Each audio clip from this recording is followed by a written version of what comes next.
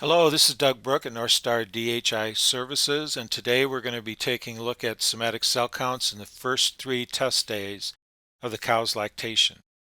We want to look at first lactation animals, so I'm going to create a new report, and it's going to be called First Lactation Animals SCC.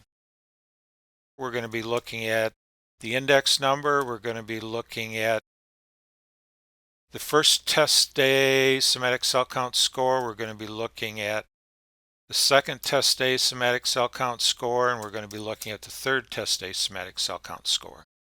I want to know how many days of milk those cows are in for these particular test days.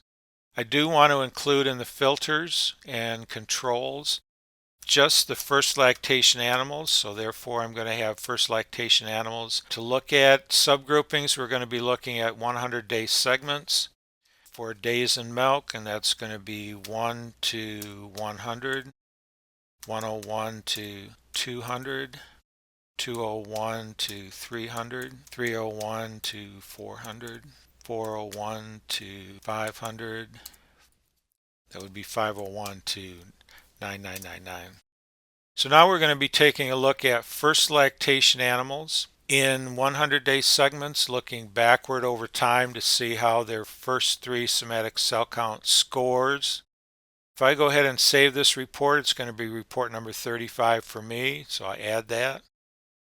Once I go ahead and find report number 35, I'll go ahead and preview that. And here I'm looking at my first 3 somatic cell count scores for my first lactation animals to see if there's anything that might be going on with cleanliness of the pens these heifers are in just prior to calving. I could go ahead and take a look at the averages instead of the individual animals if I wanted to, and notice most of these somatic cell count scores in the first couple test days are fairly low. This herd must be doing a pretty good job of having those heifers being raised in fairly clean conditions. Now I want to take a look at my second and greater lactation animals. I'm going to go ahead and right click on this report and copy it to a new number. It's going to be report number 36 for me. Once that has been added to my set, I'll find report number 36, edit that, and I'll change the title, so that's going to be second and greater lactation animals. I'm going to change my filters to 2 and 20, so I will exclude all the first lactation animals.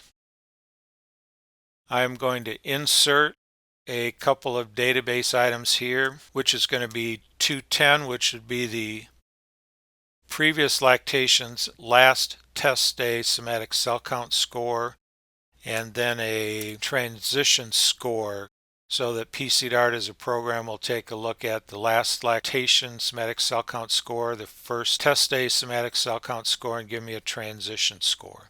If I take a look at this report now, once I've saved it, I can preview that, and this is in an average form, so I can take a look at the number of cows in each one of these 100-day segments to see what their transition score is, whether they're improving or having some issues looking at dry cow therapy or cleanliness in the calving pens, and take a look at the first 3 test days of a cow's lactation and see there's not a whole lot of issues that are popping up. Maybe some of these older cows from a long time ago might have had some issues there.